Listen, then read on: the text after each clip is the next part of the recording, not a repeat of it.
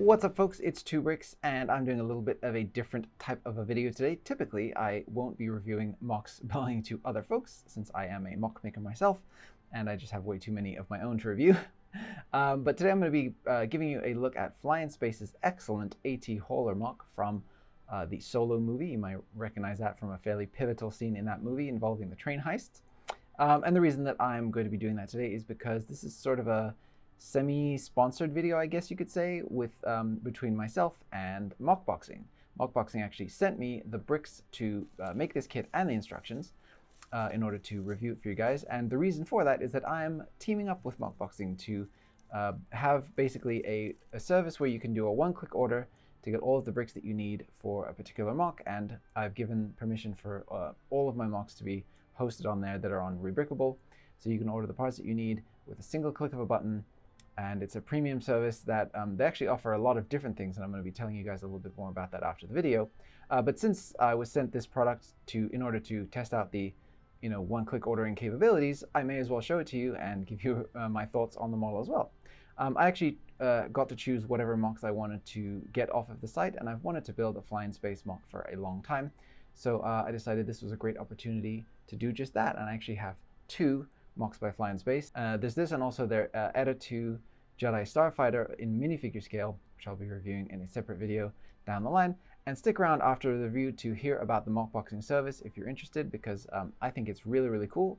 And I don't often team up with third-party brands, outside of obviously just being interested in Lego. I normally don't team up with other companies to do a lot of things, but this is one that really, really piqued my interest. And I'm really excited to tell you about it. So let's get on with the review and take a look at this excellent little ship.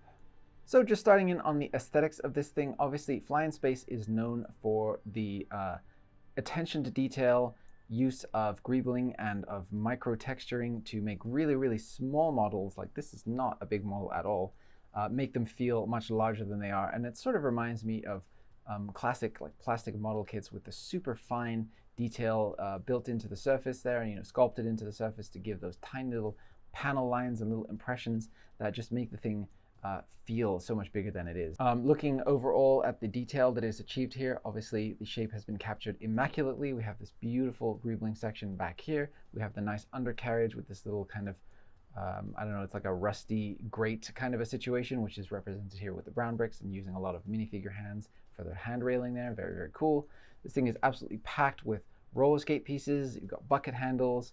You've got these cheese grater pieces used to great effect here at the front to create that shape for the sloping front there, and then the window. So yeah, absolutely packed with greebly parts. And there's just something interesting about the way that FlyInSpace uses Lego. It feels like when you're putting together, for example, these large section, these sub-assemblies here, that before you put them in, there's sort of this almost like a soft feel to the Lego. It's so hard to explain, but because there are so many connections all happening at different angles, and they're all typically like 1 or 2 stud connections, what you end up with is this large assembly that has a lot of flex to it.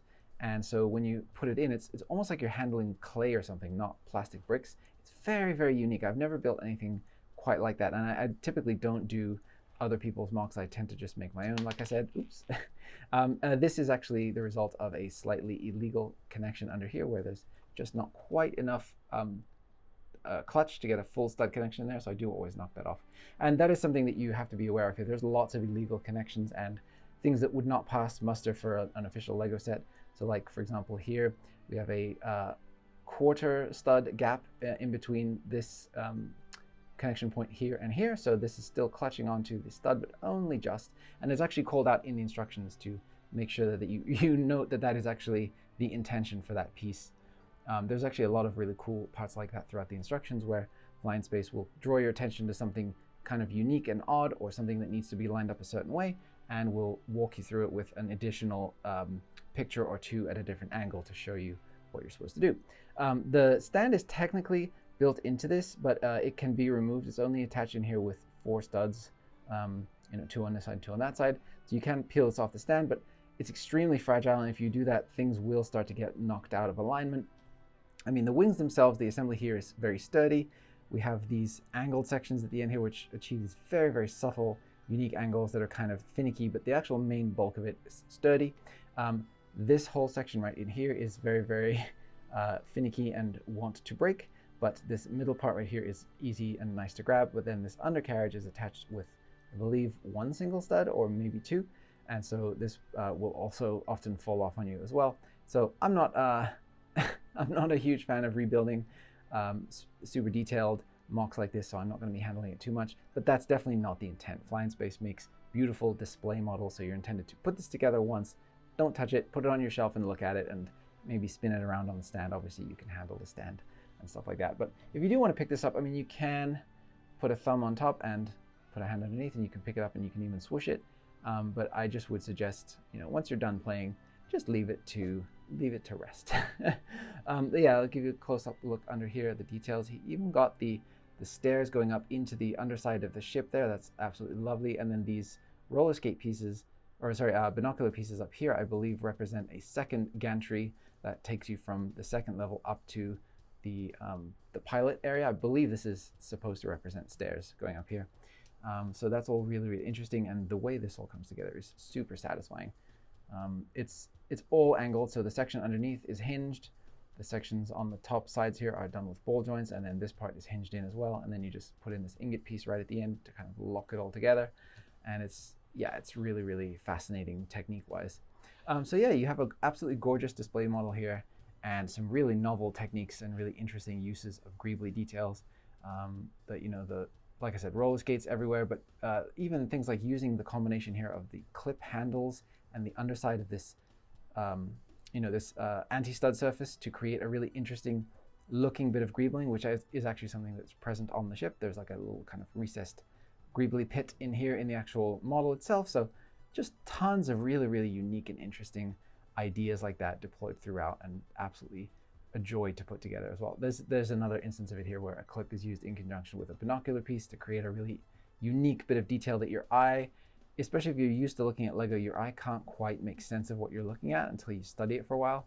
And that's one of the definite high points, I think, of building a FlyInSpace MOC, is you just get a really interesting, kind of fresh experience with Lego, even if you're really experienced, especially if you've only ever built official Lego sets. So absolutely kudos. It's a beautiful model. It went together pretty quickly and pretty well. Thanks to the MOCBOXING service, they actually do bag up all of your bricks. So I actually got 2 MOCs in one order, and they separated them out, obviously, to keep things relatively organized. So I had a big pile of parts just for this MOC, and without any sorting or anything, I think it took me about 2 hours to build this. That might just be because I'm really bad at seeing parts amongst the big pile, but your mileage may vary, and especially if you do some pre-organizing, you'll probably put it together a fair amount quicker than that. But yeah, and then really all you're left with at the end is a really unique, interesting looking model, and then a bunch of spares. That's actually something I wanted to talk about later on. If you do order a MOC from MOCBOXING, you will get a ton of spare parts. And the reason for that they state is that oftentimes, because they're sourcing their bricks from sellers on Bricklink, there can be 1 or 2 parts that are left out of an order, and so they want to ensure that you get everything that you need, and they're not wasting your time and money by ordering a bunch of parts for you that then they have to reorder. So they just order a little bit extra right up front, and then they give you those parts included in the set as well. So you will have some extras to build a new MOC with, or even to expand upon the original if that's something that, if you're the kind of person who likes to tweak things, you can definitely do a little bit of that as well. So that's really cool. It's good to know. I was kind of shocked when I was done building. I was like, did I make a mistake here? Is there an extra sub-assembly that I'm not familiar with? But no, it's just the spares for the set. Another really cool aspect of MOCBOXING is that they actually provide you with the instructions as well. So you don't have to go and purchase those separately, and they are fully compensating the designers of the sets for those. So you as a designer get to tell MOCBOXING your own commission rate of what you would like to make off of each sale and off of the instructions, and you provide those and you provide your consent for that, which is absolutely wonderful. I love to work with companies that are actually paying their the designers that actually make these sets that they're selling, and not just ripping them off like so many companies out there do. So MOCBOXING is a 100% ethical way to order MOCs from your favorite MOC producer, whether that be FlyInSpace, myself, or any other person who deals with them. They will be fully compensated for the instructions. So that's really great. And you just get it in an email as a PDF and you can just open it up and work through it like that. And also, if you do happen to have a missing part, which is rare, but can happen. I mean, there are only human beings over there at MOCBOXING putting these things together for you. So if there is a missing piece, you can just contact them and they will send it to you free of charge as quickly as humanly possible. So that's always good to know as well. So I've gotten to know Alex a little bit, the founder of MOCBOXING, and I really, really like his energy, and I really like the mission that MOCBOXING has, which is to solve many of the problems that currently exist, because there's a big kind of a gap in between buying an official Lego set, buying pieces on the secondary market in order to make the MOCs that you want to make. And there's just sort of all these interesting little areas in there where various different services like Bricklink, Rebrickable, and other things come in. And what they want to do is basically take all of the work out of that and just make one service where you can get everything that you need to build your favorite MOCs. So you can browse the site, see what you like, click order, and your parts will be shipped out to you all together in one box. And that's something that's really cool and really unique, and something that I think is actually really badly needed if the MOC making community is going to thrive and continue to grow. I think more and more people are questioning the high cost and design compromises that Lego has to make in order to produce their products, and they're turning more and more to custom MOC makers to get the exact kind of designs that they want to see out of the Lego hobby. And so obviously a service like this helps you to remove a lot of the headache of ordering from multiple sellers, waiting for each one to arrive, assessing if there's any problems with the individual seller that you've gotten some of your parts from, and instead just having a simple service where you just click buy and you get your stuff in the mail and then you put it together and that's it. So I'm actually very, very excited about the service. I hope that it continues to grow, and they're actually constantly evolving their algorithm and their the way that they are sourcing their parts to make sure that things can get cheaper and cheaper over time, so that you can get closer to that ideal 10 cents per part ratio. Obviously they're not there right now, so you are paying a little bit of a premium cost for the service of not having to worry essentially, and just get everything that you need to build your set right out of the box. They're also offering other services. There are custom boxes that you can get. There's the ability for you to actually order parts to your own specification. So if you have a MOC that you've built digitally and you want to get the parts for it, you can upload a parts list there on MOCBOXING and they will send it to you. And there's just a ton of other things that they have in the works. They're always trying out new things and new ideas to help the Lego community, to just facilitate you getting what you need in order to build the stuff that you want to build. So I'm really, really, really excited about it, and I'm super grateful to Alex for sending me 2 sets to review so that I could check out not only the service but how it functions with multiple MOCs. And I was really pleased to see that everything arrived nicely bagged up and separated, and that made things super easy. And then I just got my 2 instruction manuals emailed to me, and that was very nice and convenient. And yeah, I just had a breeze building this, and I had a really good time. So thank you very much to Alex for sending this to me, and look out for the next review, which will be also by FlyInSpace, the Edda 2 Jedi Starfighter at minifigure scale. Really, really excited to show you guys that one as well.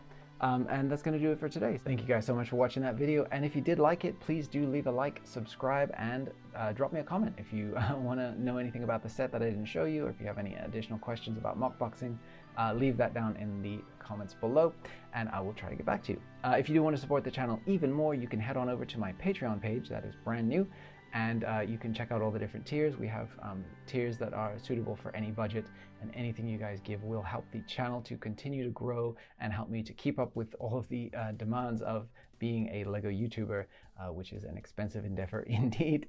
And one of the perks that you get if you sign up at the $4 tier or higher is a shout out in one of my videos. And so today we're going to be shouting out Kay Crane. Thank you so much for supporting the channel, Kay. You're awesome, and I really appreciate you for helping me to continue to do this.